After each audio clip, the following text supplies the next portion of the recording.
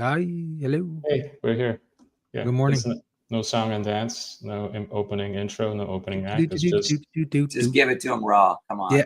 just raw three dog it, baby. Right. guys, three guys. Hey, you're not in your secret bunker, right, Paul? No, I'm in my New York, my New York abode. Are you gonna will Yeah, you it's still be it's another bunker, but it's not the secret bunker. will you be around in the next Saturday, next weekend? Probably I'm probably heading back in a few days, All right, but 'cause we I have don't some. know. Maybe I don't know what's Well, we going have on. a secret bunker event that I'm Oh hosting wow, okay. next Saturday, but that's cool if you can't make it maybe Well, next let's time. talk because my schedule is anything if not flexible. I think you'll like it. I think you'll like it. Yeah. It's one of those like everyone is trying to figure out where we're gonna go from here. You know, uh, Well, clearly it's fascism. I mean, that's where we all want to be, right? it's a secret meeting for fascists. That's right. Right. Okay. Yeah. Good. I'm But no, glad. no. I'm glad we feel. I'm glad it's been normalized, so we can all come out and show our true colors. Yeah, yeah. What does the And word Why? fascist Why? mean? well, what does it mean? It's interesting because if Charlie Kirk is still around, he would have. That's one of the questions I think he had asked before, and it's interesting. If you've seen footage, did you? I'm going to say 9 out of 10 people who are in college can't even answer that because they got their definition from someone else. Well, what's interesting is that the word fascist has historically been hard to define.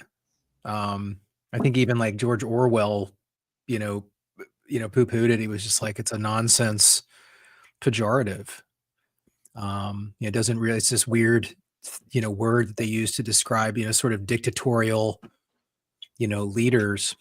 Obviously, it was an official party in Italy, I guess, but this broader definition of, I don't know, Can I It can I was ask you coined by guys? Benito Mussolini in Mhm. 1919 to describe his political movement, the Fasci Italiani di Combattimento. nice.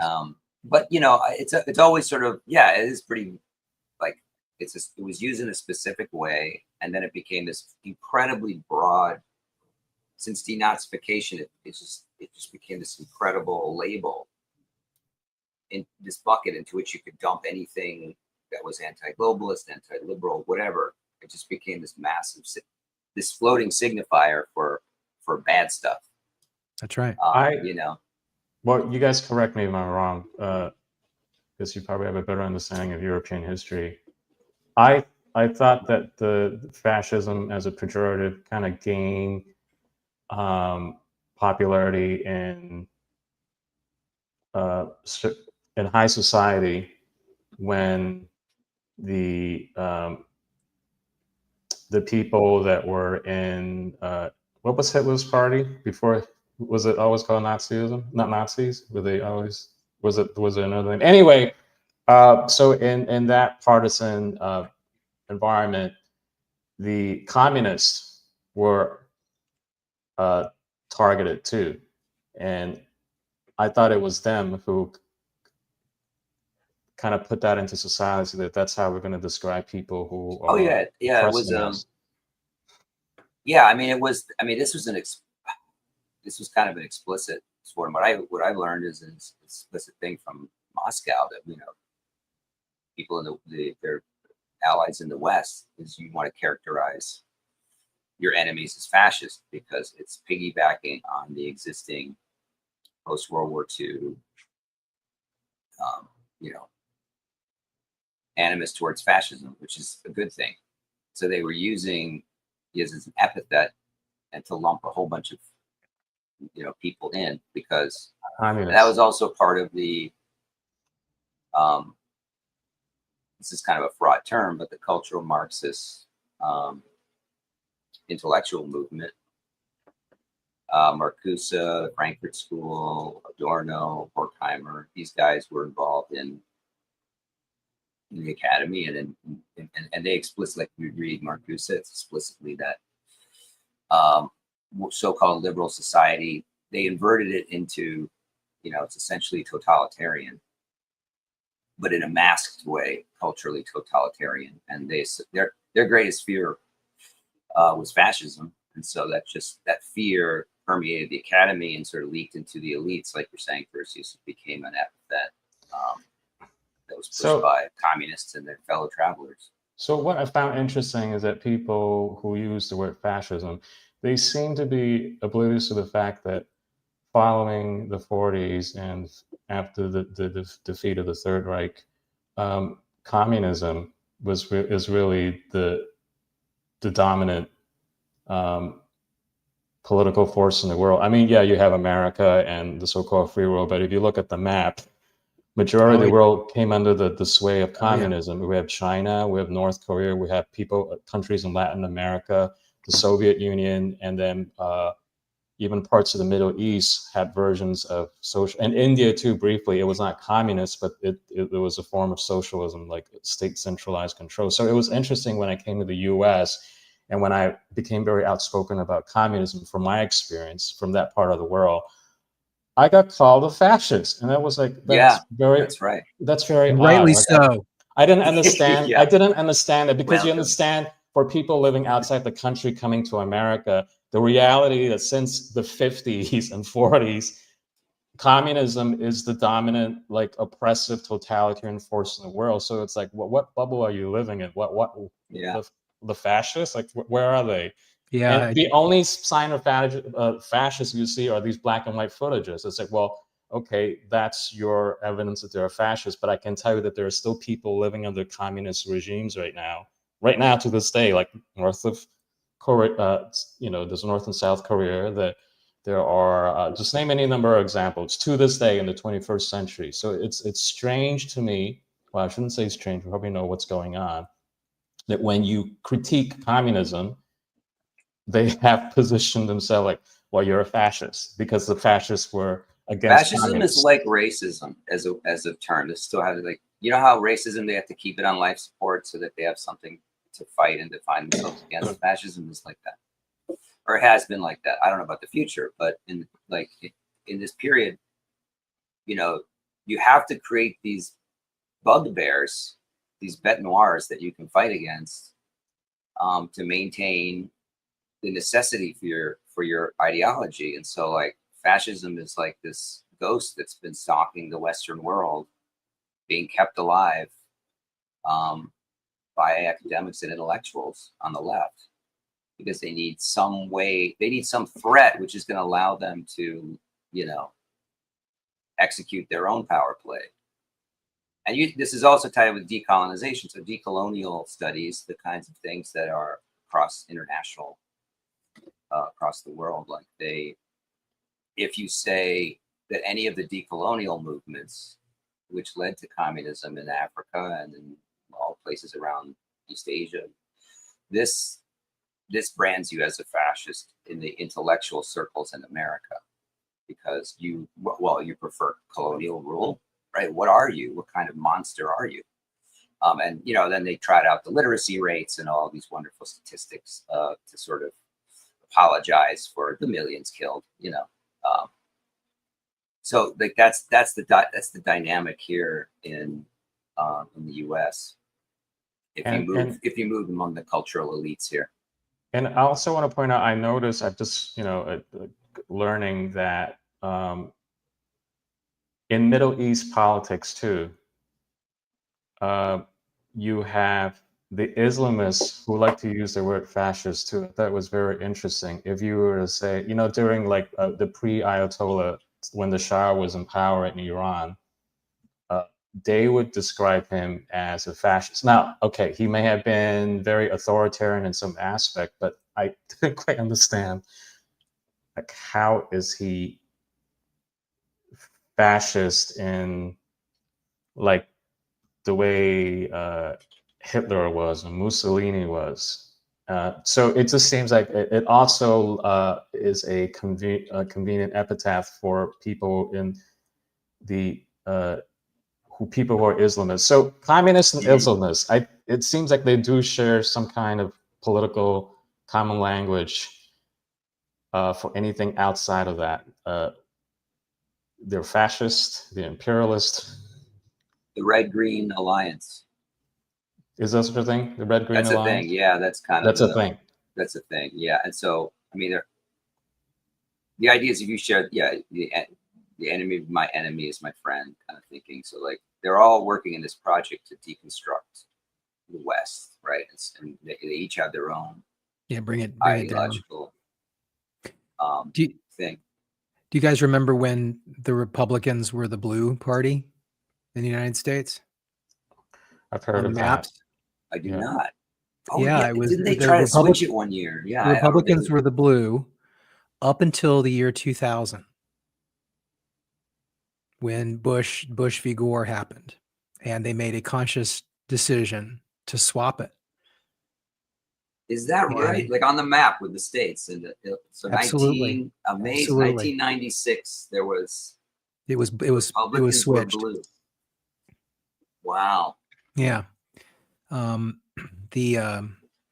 theory is that the Democrats just really wanted to have that happen because red is, traditionally associated with communism Oh, not a good look. and this sort of stuff. Yeah. And, Wow. they are the party of the state, the party of government, the party of, top down control.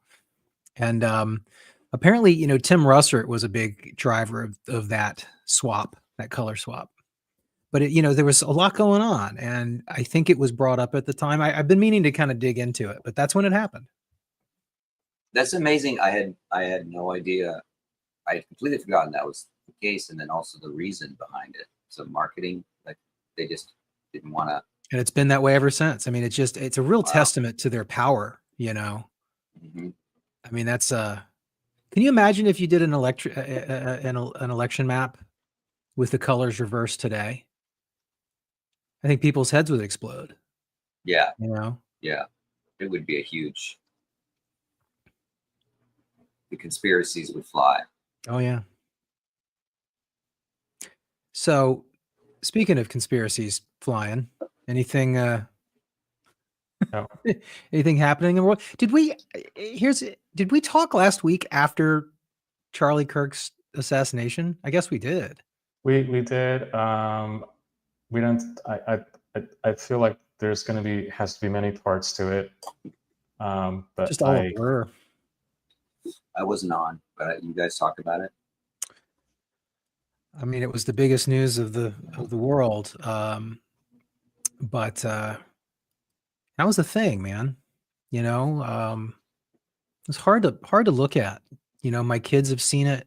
It's everywhere. You can't avoid it. Actually, I talked to them before the day of, and I said, look, I don't want you to go seek it out. It's somebody dying on camera.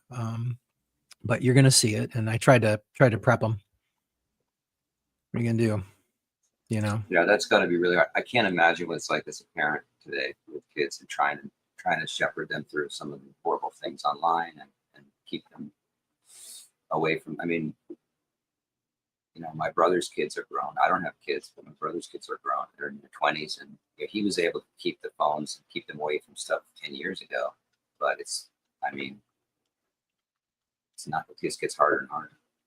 Didn't they run the Zapruder footage of JFK getting shot on? Wasn't that on national TV? I mean, wasn't that for public consumption at a point? You mean the full thing with the head and everything? Yeah. I don't know. Because I remember seeing that when I was very young. Me too. Yeah. But I don't remember if it was. Maybe it was in a documentary about. I don't remember how I saw it. But then there's the event, and then there's all the reactions to the event, and then there's reactions to the reactions. Reactions to reactions. And then it's everything. The culture war is just a black hole, like that sucks every event into it, and Yep. throws it out into all these platforms, into these tribal things, and it's like part of the problem is that the thing that we're seeing is downstream of the media, that the medium that is doing that. So like people celebrating, or these expressions of joy, which are so horrifying. You know, this is people interpreting the death of a human being, live death of a human being in this culture war framework. And I remember I did the same thing. I've celebrated the attempted assassination of a president. I remember it well. It was 1981. I was 12 years old. I had, not had somewhat of a political consciousness, but enough to know who I thought the good guys and the bad guys were. My mother voted for Carter, right? She didn't like Reagan, and Reagan got elected, and we were all scared of nuclear war, right, with Russia at the time. And I remember that was the caricature of Reagan at the time. Absolutely. Yeah, I remember I was on the school bus, and some, in the library heard it, but then it was confirmed by kids in the school bus on the way home that, oh, Reagan's been shot, Reagan's been shot. And we were in a liberal enclave in Ithaca, New York. A lot of our kids were professors' kids, and they were in the same cultural context that I did. And, we were giddy.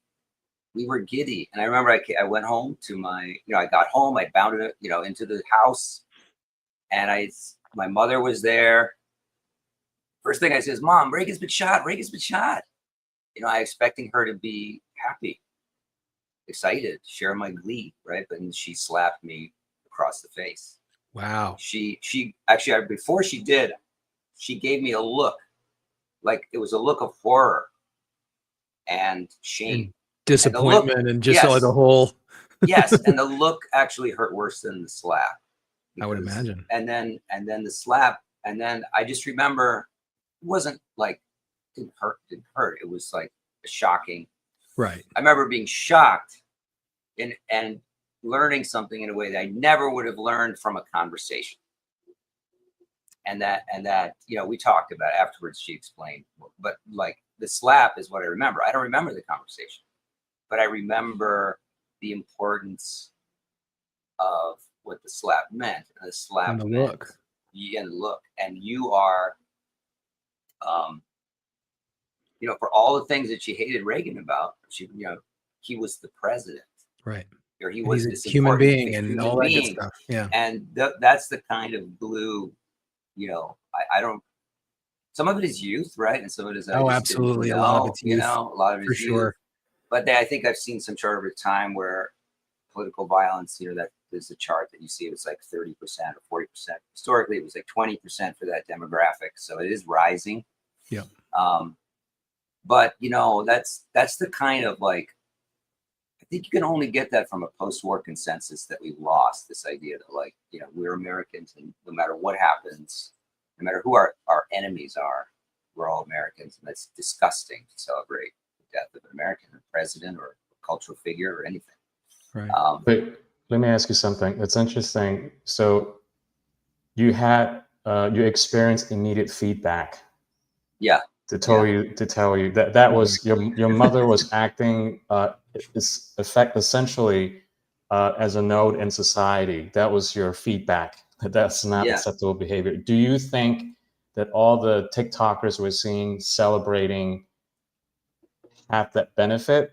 I understand they posted their reaction. Do you think there was a follow-up, like that we did not see, like maybe they got a slap from their parent too? Because I would be concerned if they did not get that. Do you know what I mean? They did not get, I'm pretty sure that in 99% of the cases, they did not get a physical slap. No, I'm pretty sure. Maybe not a physical slap, Right. but some kind of censure and rebuke. It doesn't have to be like from an authority that they respect. Yeah, exactly. Within the context of family, of like people who teach them, understand what human relationships I don't are. believe so. You don't think there is? I don't. So I mean, maybe I'm wrong. concerned. I hope I'm right. I hope I'm wrong, but I don't see very few, because generationally, people will maybe still pay lip service to what my mother said, but would they actually parent their kids in that way? Or not even with a physical slap, but with the look, or with, the expression of shame. Like we've lost shame. They have no shame. And, it's the kind of thing that, I mean, I don't think it's definitely a whole lot more on the left, but I think there is there is a potential for the right to sort of adopt those tactics. Oh, they're adopting it, man. You know, and There's not a it's just like, potential. well, you know, we, you know, what's good for the goose, and like, you know, Yeah, no, it's you know, there's been decades at this point of leftist, you know, attacks, control, oppression, you know, censorship, cancellation, you know, all this stuff. And it's you know, it's been tolerated, it's been put up with, it's been, you know, institutionally encouraged, frankly. Um and it reminds me of the filibuster change, right? Remember when what's his face from Nevada changed the filibuster rules, and um, the Republicans were like, "Don't do this. It's going to come back and bite you. Don't do it." And they went ahead and did it, and then the Republicans essentially used that to install, you know, force SCOTUS and, like, you know, you honestly, you know, stop a lot of this leftist rot that's, you know, been coming through. But it's very similar. It's like, you know, stop it. You know, you're not going to like it when there's going to be retaliation. Stop it. You're not going to like it when there's retaliation. And at a certain point, you get to that threshold, and it all the tidal wave comes over, and it's where we are now. And you know, did you guys see the thing Rufo posted from the Cato Institute? This is a really interesting to who your posted? point. To your point, Chris Rufo posted this, which things I never knew, like JFK during the 60s using the FCC and the IRS to go after right-wing Oh yeah, talk shows. I didn't see the post, but yeah, I didn't know. I mean, that was all news to me. I had no idea, and this has been going on. You know, again, and it's then, a of goose course, you know, gander situation. You know, yeah, and and then, you know, it's like, well, we cancel one comedian, and all of a sudden, you know, so you're always looking at your own side. It's like, well, this is just a drop compared to the entire massive thing that you've been doing. So well, that's a kind of a license. That's a form of a license. You And know, there's this meme I want to show you guys. But go ahead.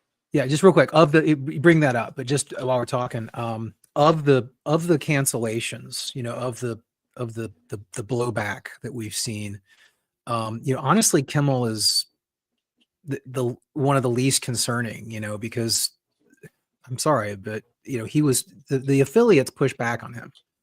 You know, the people that own the ABC stations, they were getting you know, major complaint. They'd been getting major complaints, but this was sort of the last straw. And you had Sinclair and the other one, Nebstar or whatever. And they own all the affiliates. And ABC is still a publicly licensed network. I mean, they still license the public airwaves and, you know, all this stuff. It's not super complicated, but it's not super simple either. And, you know, he faced a revolt from, or ABC corporate faced a revolt from these affiliates, because their advertisers were going to walk and their audience was going to boycott. And so they had to ask him to, you know, apologize or put a warning on, or not a warning, but like there's a thing that they do where they can kind of flag, you know, potentially problematic speech. And again, this is only on these public airwaves, right? We can have a discussion whether or not the federal government should be regulating these things. I mean, to me, it's the commons. I think that they kind of have to do it, you know, while we're still using them. Yeah. But a lot of the other, you know, smaller cancellations to me are more problematic than Kimmel. You know, I do think the right in MAGA has, you know, gone, you know, full retard the other way. That said, it's understandable. You know, it's been a long time. They've been taking a lot of abuse. And again, it's not right necessarily in some of these cases, but it's understandable. I mean, I kind of make it. Sorry, go ahead. No, I'm just curious. Like, look, so we were talking earlier about how Paul received some feedback loop. That's feedback. His mom. I know, but wouldn't you consider this yes, a form of feedback? Yes, and even during COVID, right? So there was a lot of cancellation during COVID that was flat out awful and wrong. And personally, for me, you know, the argument, when I would hear the argument from the left and from the COVIDians who were doing this, they were saying, well, look, you know, if you post that you think the vaccines are bad, you're not going to get one, or you think that masks don't work, or you think that we shouldn't be locked down, if your employer thinks that that's talk that's uncool and reflecting badly on their business, because they're a private business, they have the right to fire you. And I actually agreed with that. I mean, I pushed against it big time. I argued that they were insane, and it's going to, again, it's going to come back to bite you. But that argument was true, on the face of it. And what we're seeing right now is that's exactly right. In the most cases, I don't, quickly an aside, the Bondi talk about hate speech and all this stuff, she got completely, flamed a couple days ago when she announced that she was going to start policing hate speech and hate crimes from the federal level. And thank God, again, I still contend that MAGA and the right push back so much more than the left pushes back. You know what I mean? Like, there's certainly a lot of people that, say that Trump, can do no wrong and you should never talk ill. But the right and even MAGA, they push back on Trump often, right? When he talks about amnesty, blows up and then he shuts up. Epstein. Yeah. This is Epstein. Exactly. So again, I still think that that's healthy. There is some overreach here. It seems to me that it might be flaming out a little bit. There were the BLM dudes, like a dozen of them walking through Times Square, like, Charlie Kirk is a fag here. You deserve to die. And, there wasn't as much outrage at that. I saw some of the videos and like, there was only like, a few dozen comments like, how dare they? And it's like, I think that people are kind of getting outrage fatigue a little bit, which is good. And it's obvious that there's some people out there that are just trying to push buttons, right? They're just being punk asses about this. I think my question is, who do you think is the legitimate mom in this case? So there are many other 12-year-old Paul Rossies out there who don't have a sense of right and wrong. Sorry, Paul, I'm just using Society. this. No, It's I fascinating. offer It's a myself up fascinating because story. It's society. absolutely. Okay. And It's conservatives society. like, oh, I'm afraid to go and confront my coworker, but I'll let Trump be the mom in this case and slap them, and maybe it will slap some sense into them. But this is where people It's are the having public. this debate. The public is self-policing. It's not pretty. Okay, that's where the debate is now. Is like, do you want to leave it up to a state agency to do it, or is it all our responsibility? However, that is No. distributed. It's happening. I mean, like you can't. I mean, I'm sorry. Like these people are getting fired. They're getting expelled from school. Yeah. Shit's coming down on them. Like we don't need Pam Bondi, weaponizing the state to come in and, I don't know, throw these people in jail and stuff. That's exactly what loops back to our previous discussion about fascism. Like that's, I mean, it's not fascism. Well, But okay, maybe. let me ask you It depends on your definition. But if there was something said that does incite the next political assassination, is it within Bondi's jurisdiction? that's illegal, right? There's already categories of speech that are illegal. Yeah. Okay. And incitement is a very, very narrow Absolutely. thing, right? And that's what I want. I do not want people broadening that definition. That's right. It has to be imminent lawless action, which means it's got to be like, Destiny, for example. Let's say he's the next victim, God forbid. He got demonetized, by the way. Oh, he did. Oh, Yeah. wow. I mean, it is remarkable. It's Well, funny it's too. terms of service, right? I want to tell It's a little the same- anecdote. Yeah. Yeah, right. So I was in a Banana Republic the other day. I haven't been shopping in years, and I lost a little weight, so I'm gonna go Oh, good for shopping. you. Thanks. Get some chinos. Maybe a little bit more upmarket, but Low rise. Make sure they're low rise. Okay. low rise, slim, Yeah, fit, straight leg. Don't go for the boots. But I'm in the men's section, which is the lower level, and there's a guy there. I don't know if he's gay. He's this little flamboyant, big black guy. And he's like looking on his phone, and he's looks like a manager because he's got this special stuff on. And then his coworker comes in, and I'm the only other one there, because it's pretty much empty. And then this coworker comes in. She's like petite Latina and type, and then he says, "Oh my God, did you hear what happened to Charlie Kimmel?" Charlie Kimmel? Or whatever, to Jimmy Kimmel. Oh. Charlie, I'm getting it mixed up. Right? To Jimmy Kirk, Charlie Kimmel, Jimmy Kimmel, and then the coworker said, "I know, oh my God, like it's terrible. How did this happen?" And then the manager looks at me, glances at me quickly, and then goes back and then leans over and goes, "Probably shouldn't talk about this on the phone." Yeah. There's a white And I was TV. like, "Yeah," and I was like, "This is really Oh, interesting." gotcha. Okay, You know, gotcha. it's I'm, I'm a customer, but I'm also a white dude. I don't know, maybe he's making some assumption Oh. that I mean, I don't look. I Well, they're look not like a European. wrong, right? Exactly That's right. It's proper good. corporate behavior. But then I was thinking, like, would this have happened 4 years ago? Would this have happened?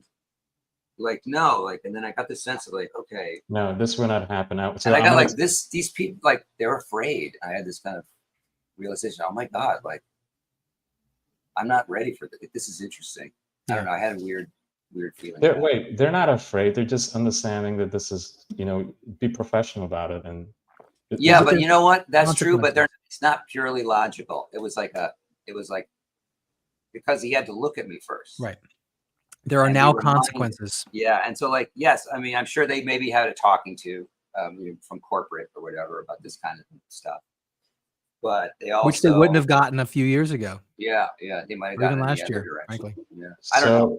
They're getting slapped in some form. Someone getting Some slapped, and they're form, like, "Well, I'm some- going to get slapped, right. be slapped too if I behave this way." But that's the necessary feedback. Yeah, and I don't believe that there is a world without the slap in some form. You know, I you agree. can make it a little more civil. Don't have to make it actual.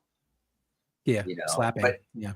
you know, it could be anywhere from firing squad to slaps to a look to Yeah. corporate rules, whatever. So there's a whole spectrum of slap. You want to have the least slappy slap that you can get away with. Yes. But there's going to be a slap.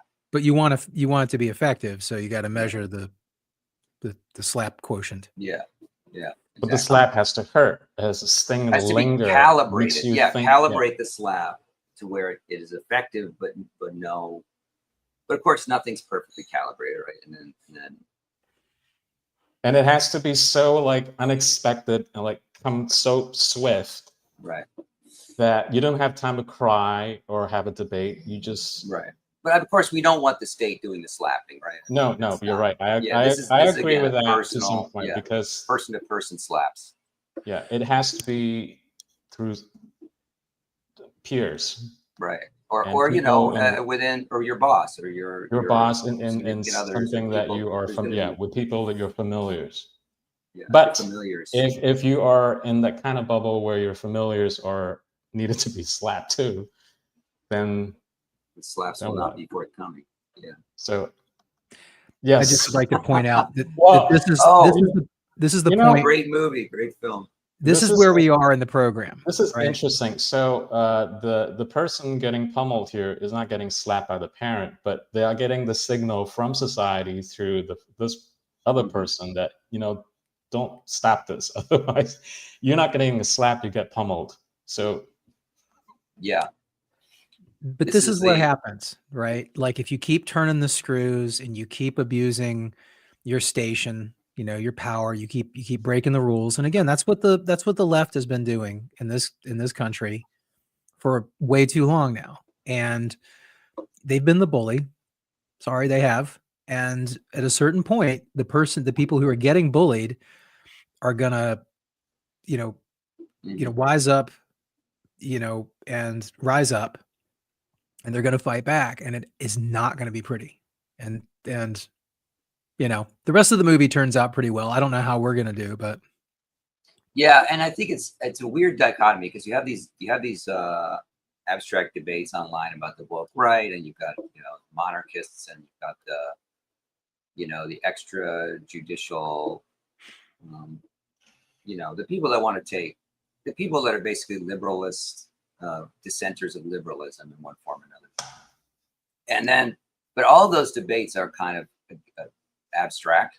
That's not actually how it's going to play out. And even within liberalism, like I believe that liberalism is good, and we should keep it in general. But like, there are these things in the margins in society where actually liberalism is informed by extra liberal behavior in society, right? So like gangs of New York. I mean, you think about these times in American history where you had ethnic nationalist gangs, just duking it out for power at the ballot box, but it's super corrupt, and they're just you're pulling voters to the polls and having dead people vote. And there's this idea that liberalism is this imperfect, shambling, in some ways performative Potemkin village, but like it is the thing that it is the medium through which, even if you're not really doing it, that's kind of like the form you have to pour your animus into, and you hope that over time it gets actually more real, like you fake it until you make it, kind of. I think it has, but more or less, but it's like both, right? It's like both liberalism and extra liberalism is always coexisting. But to say like, okay, liberalism doesn't work, so throw it out the window, I think that's bad. Well, but coming back to the definitions, right? Like people haven't used the word liberal correctly in decades. The right yeah, has I'm talking about the yeah, classical liberal thing. yeah, totally. Liberal institutions, rule of law, all that good stuff, voting. Yeah, we talk about this a lot, but like, the foundation of this country is liberal, right? And I know that a lot of people don't want to have that conversation, but that's what that word means. Yeah. The Bill of Rights is a liberal greatest hits list, and when other countries are rebelling against, communist dictators and they're demanding freedom of speech and freedom of association and all the stuff that we take for granted here, that's a liberalizing of that society. That's a push for liberalization. So one point I would make is I do think that a lot of the people who are reacting badly to Charlie Kirk's assassination are just dumb punk kids, honestly, or even adults that are just being punk asses. And I'd like to introduce into the record this clip. And Paul, if you can guess the band, you win. Okay.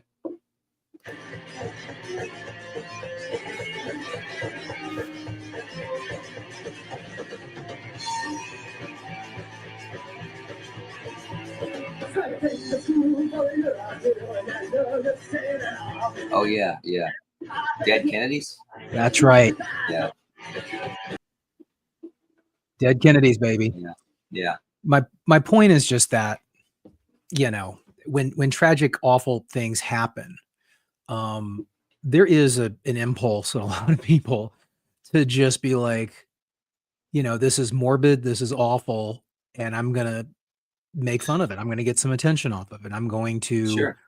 Make art out of it, and it's going to be terrible art. It's going to be offensive, but being patently and grossly offensive is, something that humans tend to do sometimes. And again, it's crass. It makes you feel bad. But one of my favorite bands when I was growing up in skateboarding was the Misfits, and they had a couple songs about the JFK assassination and the Marilyn Monroe, mystery and stuff. And they were, if you read the lyrics, you'd be like, holy shit, this is awful. But, when I was 13 years old, I was like, yeah, this is cool. And it's almost like celebrating Reagan's, attempted assassination. It's like, there's, I don't know. I just try and be empathetic a little bit, understanding a little bit. I don't think all these people are just pieces of shit. I think that there's, you cannot suppress speech and you cannot advocate the suppression of speech and also be punk rock. Like those things. That's true too. Totally. That's true too. Antithetical. I would hate to see the right lose that. Okay. Can I just make a point of distinction between Charlie and these Kennedy and Reagan, though? Kirk was not he wasn't the president. Do you think that matters? I mean, he's pretty high profile. In some ways, it's kind of weirdly worse on some level. Like he's like the first influencer. Yeah. Murder. Private, right? Like citizen. And there has been this. So the affront to speech is so, like, he's in the middle of answering a question. He's an influencer. This entire thing is based around dialogue. Whatever you think the qualities of that dialogue are, but like that was his thing. And then like if you killing an influencer To up until this point, like they've been untouchable, right? Like no one's actually killed an influencer like that, have they? Like there was I don't one think so. guy, I forget what was his name, like Art Bell. No, not Art Bell, but like one of those guys from like the past was killed, but that was decades ago. Yeah. And so this, like, just because social media is such a playground for the id, okay, like this is where people go to like work out their passions and say these things, and That's right. that's what worries me about like the tit for tat thing going on. Is in some ways more likely because it was an influencer, and I worry that that now we've crossed this kind of threshold where But the culture war becomes a culture war. Like, I mean, it's like I don't want, I would hate Right. to. You're right. It's like the Yeah. cancellation wars now. They've Yeah, but it's like it's become like the purge. Like we have the possibility. Now it's not, we're not there, but like, yeah. Whereas a presidential assassination attempt, like we have a template for that. We have something, even though it's Yeah. terrible, we can fit like, okay, this, because we've had several attempts on presidents and officials, but like influencers are sort of like the royalty of that generation, right? In a way, like. But that's the thing. Kirk is not a policymaker. He's more like retail politics. I mean, I've always thought of him like the Walmart of politics. It's That's like pretty normie. the unkind. That is the unkindness. No, I tell you, it's very kind Yeah. because it means that No, I everyone know. goes to Walmart, and Everyone at goes to least Walmart, he's like the junction there. But if first you come from a culture that would condition you to almost decapitate the man's head, like in that very convivial setting. It's a nice setting. Yeah. It was like a happy, almost like a county fair setting, and then you celebrate that. I feel like it's a different level now than. Yeah. I'm not saying that that there's a reason to understand it's okay to be to celebrate presidential assassination, but it's coming to our level is what I mean. Do you know what I mean? It's moving to us now, and I mean you and I could be influencers. Anyone here could who say anything quote unquote offensive. Yeah, put ourselves in the crosshair. I asked and that will happen. So go ahead. Yeah, I asked the AI if there's been any other assassinations or killings of prominent private citizens, because I think that's a good point, right? Like up until now, the playbook has been, political leaders, presidents, high level people. And again, it's still a life, it's still terrible, but like there is a compartmentalization that goes on there. And the only people in the list that I got were Martin Luther King, Malcolm X, Medgravers, right? And not to get racial, but that MLK, I'm not saying that Charlie Cook was MLK, but that's a pretty good parallel. It kind of is, and I think people are really scared of making the comparison because of lingering. No, I think we can. I think he's MLK like. It's fine. Well, because he was a very prominent activist, a religious figure, right? He was, and he was not an elected politician. I think that's the distinction we're making. I think that's. And I've heard some people, and I don't think it's a stretch or height, too extravagant to say that he was very Christ-like too. In that, if you read the Bible, Christ was just out there doing his Turning Point USA, talking to the masses, and that was the religion part was definitely a big deal. No, yeah, but the thing that's really what irked the religious authority back then. He didn't have a problem with the Roman authorities. It was just like Jesus going and talking to the Turning Point USA. His format, that was his format. He just go to crowds and attract a crowd and talk to them. And the religious authority back then didn't like that. Yeah. So and one thing led to the other. So people in Kirk's evangelical faith have made that comparison that every time you go and interact with people, you leave the grid, you leave the social media, and you're able to interact with them, and you change minds, then you have become a threat to any authority. And the other thing they pointed out too that I like is that of all the, we have many conservative and right-leaning pundits. The one thing they don't do is go out and talk to people. They don't.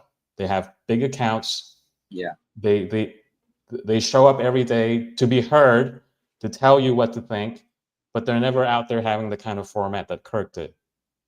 That's right. Very few people do that. Well, Steven Crowder started that, I think. Wasn't he the first one to have the Changed my table? mind. Yeah, but now he's back to his like, I think it's just I know. easier Yeah. to show up I'm every just saying. podcast and get likes, and I'm going to tell you what. Yeah, he kind of pioneered the form, I think. Like, Yeah, a little bit. yeah. But I don't know if he still does.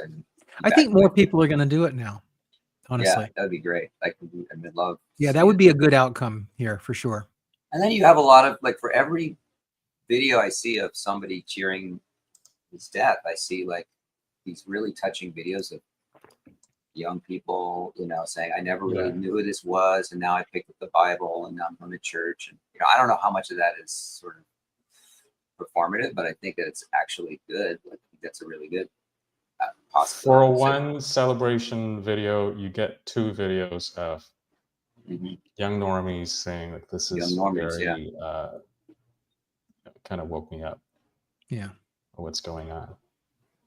And there's 3,200 more chapters in the works. Like it's an outpouring of people, coming to. I don't know how many of those are going to bear fruit, but if his widow can read it, and apparently she's more conservative than him, even. So I hate to say, I think Kirk created a great legacy, but as is the case with any brands or movements, it's usually the founder that tends to be the big draw. So it tends to be a diminished. That's the fact. It's just the mechanics of branding. The key man problem. Yeah, the key man problem. What's also interesting is that I wasn't like his biggest fan. I didn't listen to his podcasts or that stuff often, but it is interesting because when you have somebody of that caliber around, right, whether it's a Charlie Kirk in the political sphere or a musician who's great, or something like that, and then they die or they get taken early, and you're and there's this feeling of like, holy shit, I didn't really appreciate them while they were around. That was you know what I mean? I think he was really good. You know what I mean? And I think the fact that he was alive and doing a lot, he was, you kind of don't grok it. You don't get you don't understand what you have while you have it until it's gone. What is that song by Poison?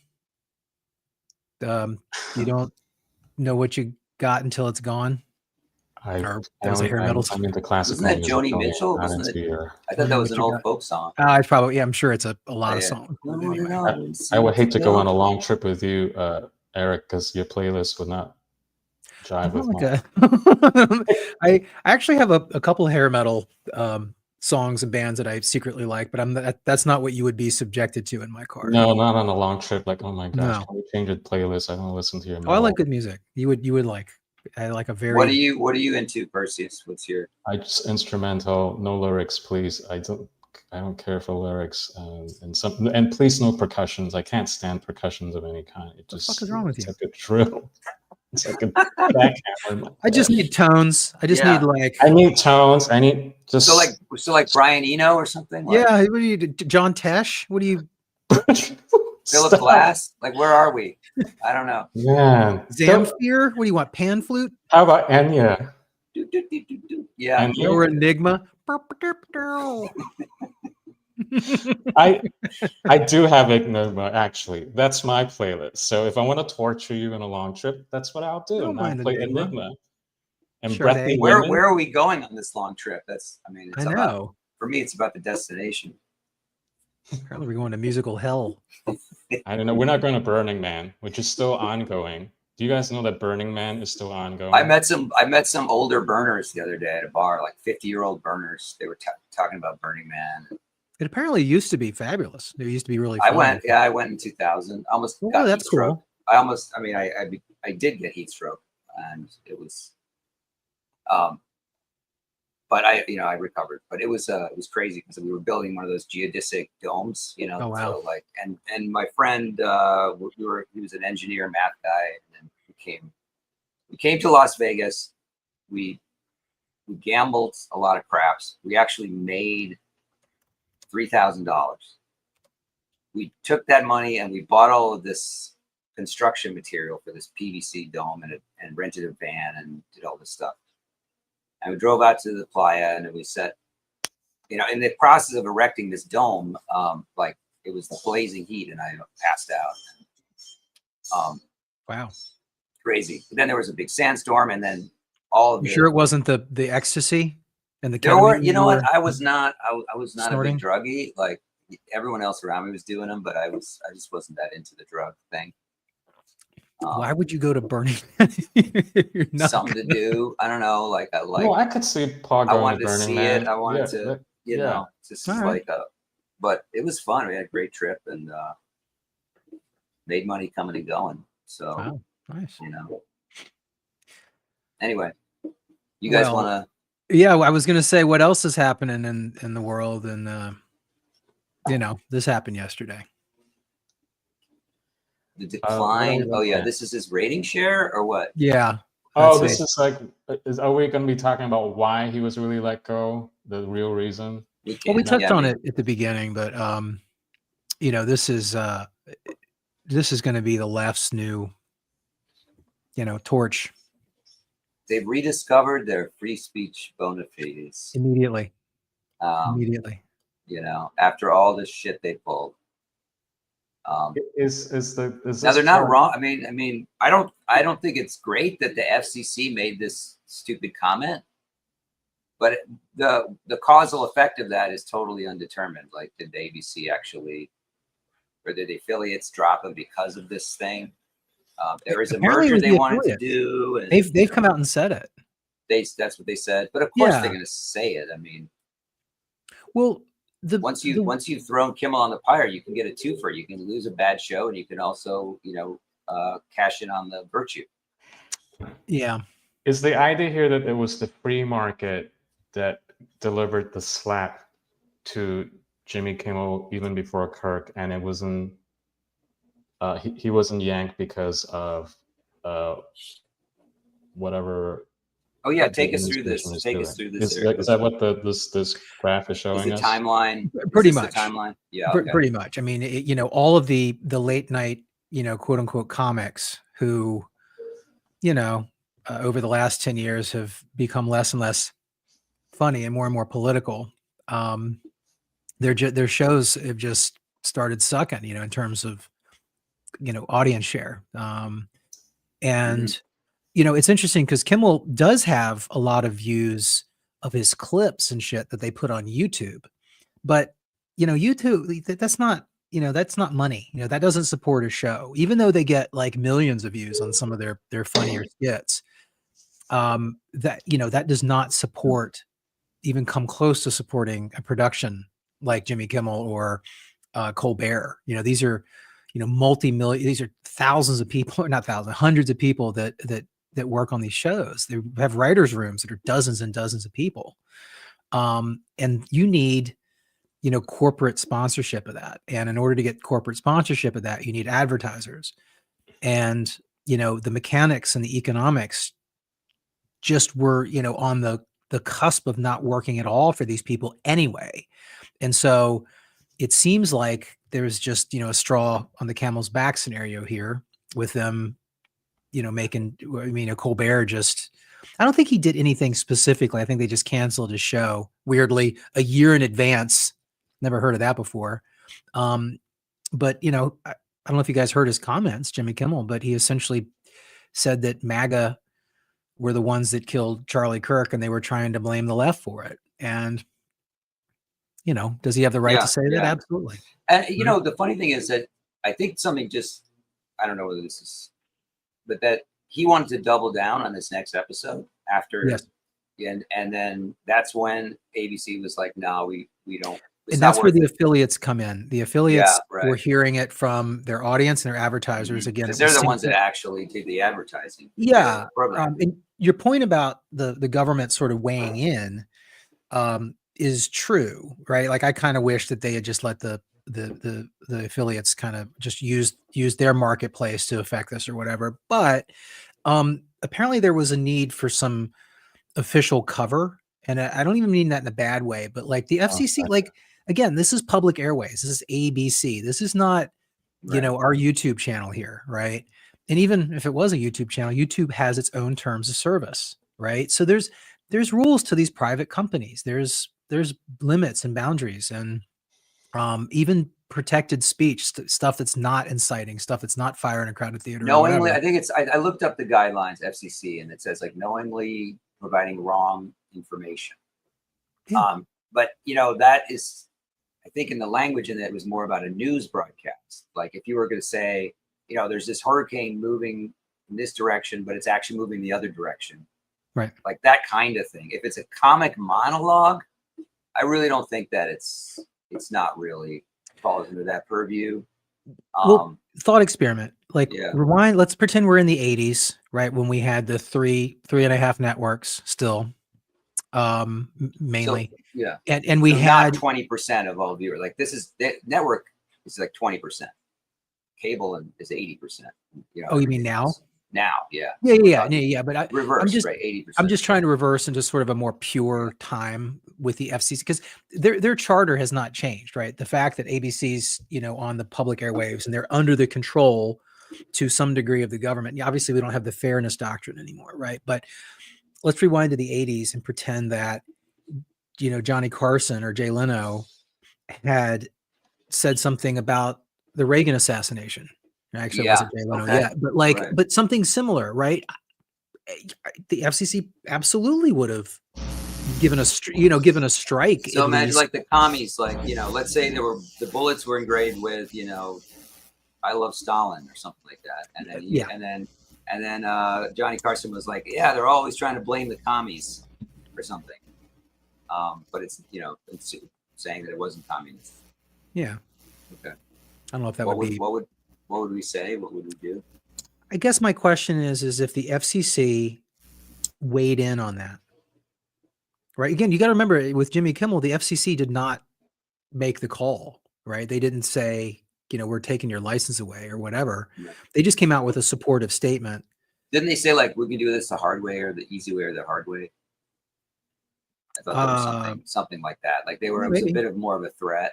Yeah. But even so, if ABC or these affiliates, like they can sue, right? They can say no, and then they can sue and probably get an injunction, right? If they wanted to fight it. I think so. I mean, they chose not to fight it. I mean, that's what the courts are for. But they use them if they really cared. I think and they announced this morning that the FCC was going to start looking at The View. Oh boy. To your point. When they come for The View. First they came for I mean, that's pretty intense. Yeah. Yeah, I don't like the government doing it. I guess my only point is that I think in the 80s the FCC would have. I mean, we're winning. Why do you need to put the boot down? Like, right. People can see how stupid these people are. I want them to continue to see how stupid these people are. I agree. It's because emotional. they're in the process of, what is it? When your enemy is drowning, don't throw them a lifeline, don't throw them a reason.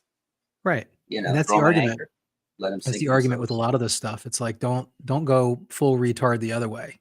Just try, just because it doesn't work, if it's going to backfire, and they're going to be able to claim all the victim and the persecution, and then that's going to, Absolutely.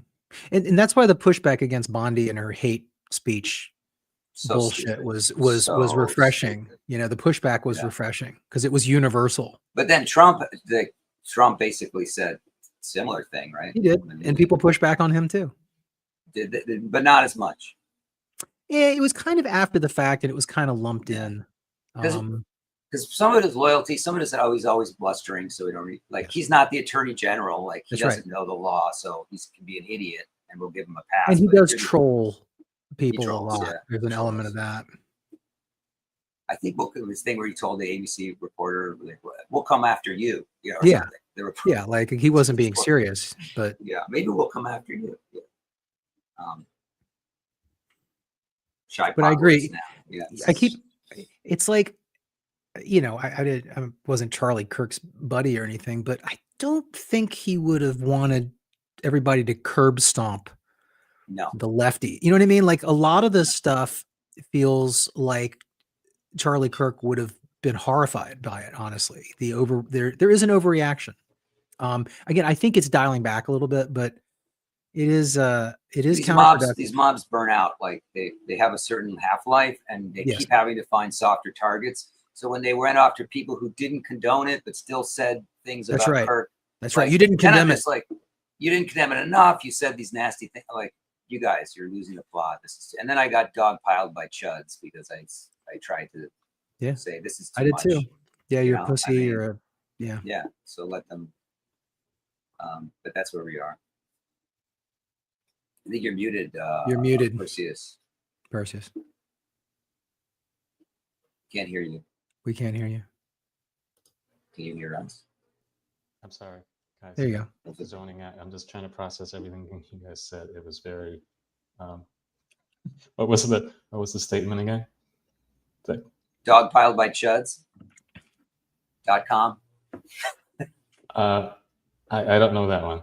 Oh no. Just Eric and I were talking about how we got we pushed back a little bit against the extreme, when they went for softer targets for cancellation. Like people that that explicitly said they didn't condone it, but they still had bad things to say about Charlie Kirk were getting canceled. And they weren't celebrating it, but they were maybe, anywhere from someone apologized for it or to giving context for it. Will you disavow? Right. I know. You must disavow. Look, I have no problem with an employer, freedom of association, finding out this stuff, but you have to be of a certain mindset, a certain inquisitor mindset, to go like libs of TikTok and hunt these people down. Yeah. And mob and do it like that. That twists you. That makes you into something. I mean, yeah, you're inviting something spiritually into yourself that is like looking to take people out. Right. It's not Christian. It's not. And Jesus wouldn't like it. I mean, I don't know the mind of God, but I don't think from his teachings this is something Jesus would sort of be happy about. I don't think Charlie Kirk would be happy about it. I just don't think it's in the spirit of what this is about. I agree. And I do think it to your point, it's burning out. And the left has an Sorry, what's burning out? I don't agree it's burning out. The cancellation. You don't think the cancellation frenzy is burning from out? Charlie Kirk? You don't think it's burning out? From outside? Well, from outside or from our side, yeah. From our side. I don't see this happening because, and the other thing I want to talk about, maybe we can do a part 3, is I really don't like how things are shaping up on outside of such a thing because, people take for granted. I just want to say this: people take for granted that Turning Point is Charlie Kirk, and his brand of evangelical Christianity is I'm familiar with because I grew up from that denomination. So I totally got his whole format about going out there and speaking to people. That's what I would used to do too. What denomination is that? I'm curious. I don't know which church exactly, but it would come under like the Assemblies of God kind of umbrella. And people look up Assemblies of God. It's like it's been around forever, but it's evangelicalism.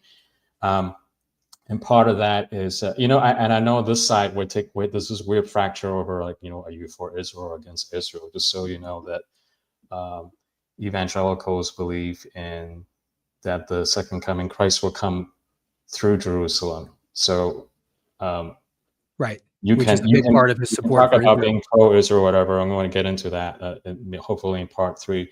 So Charlie was quote unquote pro-Israel, and from my perspective, that's like not bad because we were brought up in that tradition.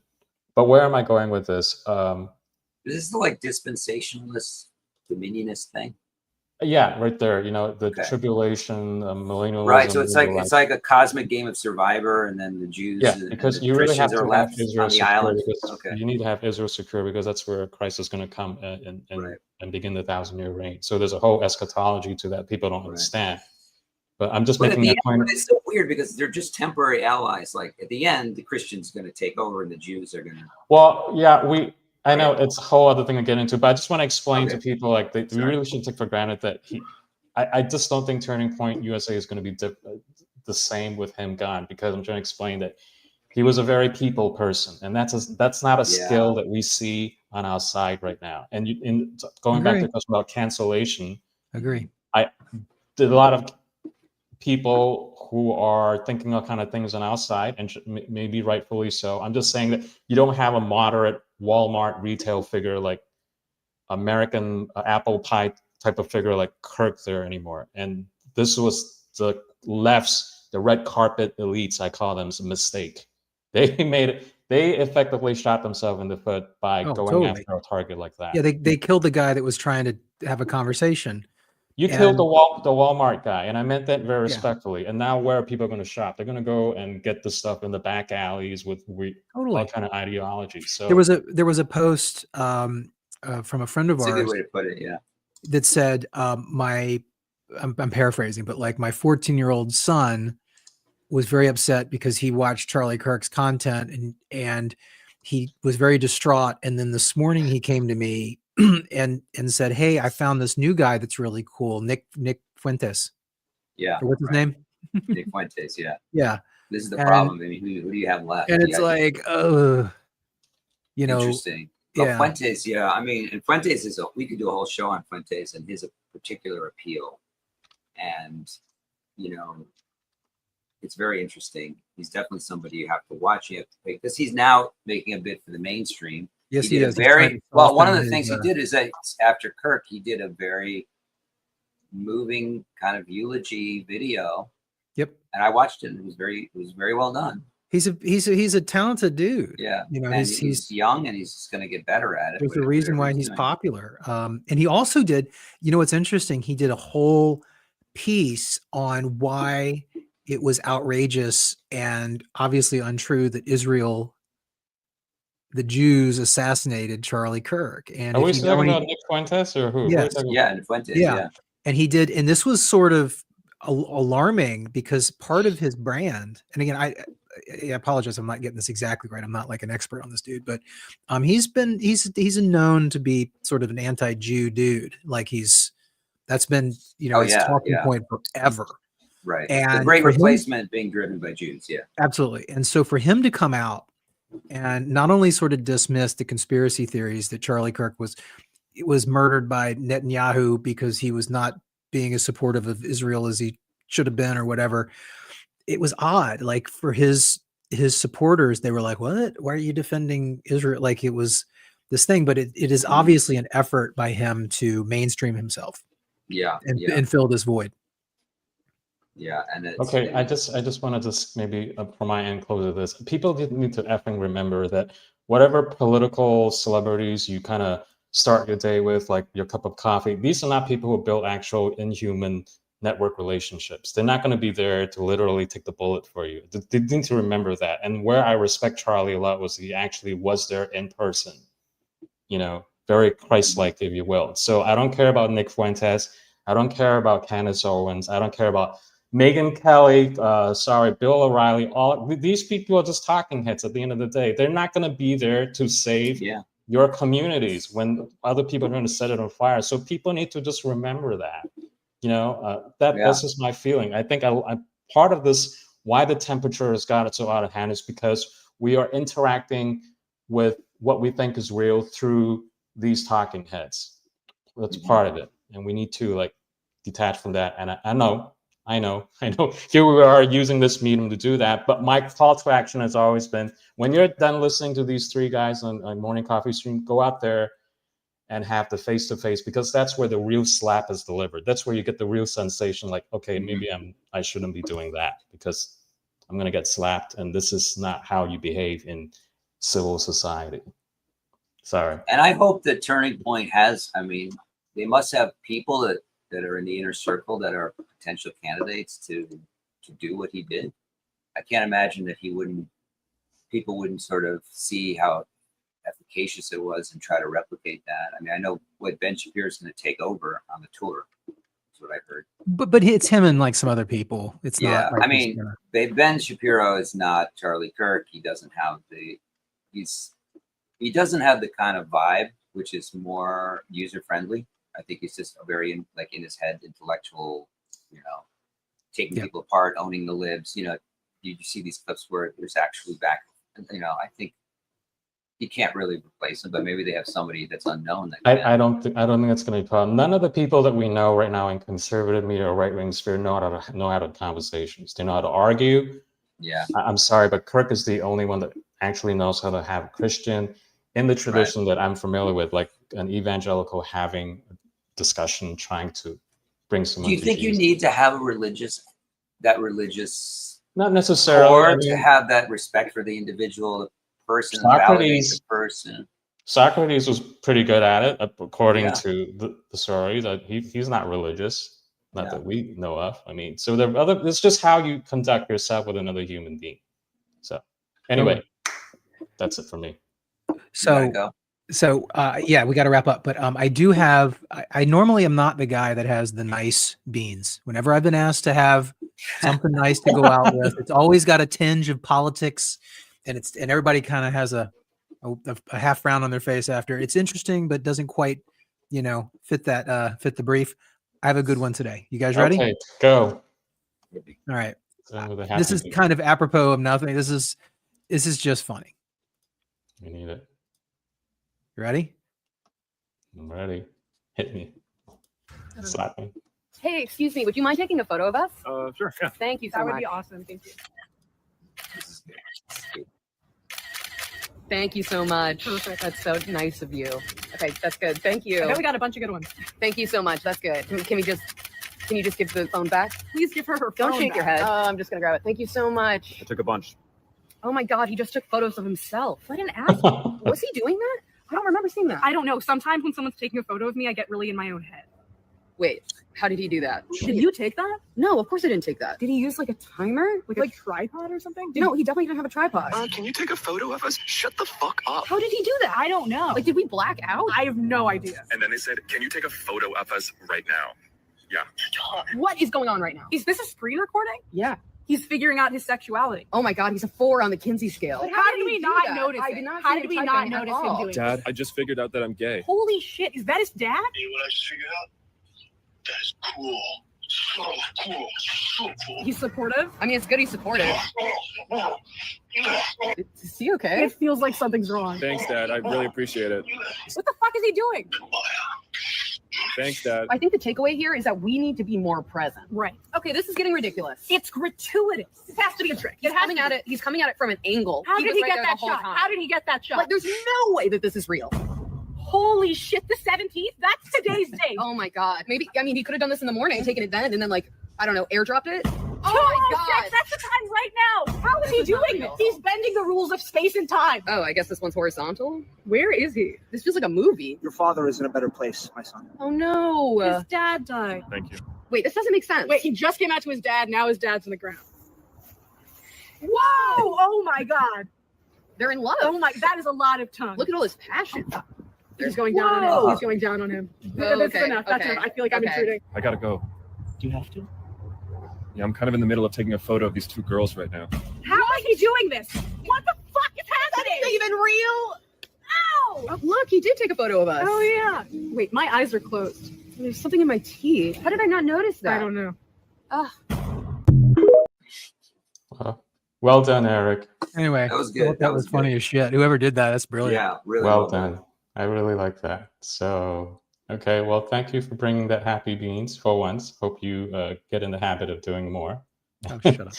I gotta step up and do a happy. You guys got to step up. So, Yeah. all right. Well, have a great weekend ahead of you, and let's try to make it through next week. All right, guys. Until then, Aloha. Yeah. good one.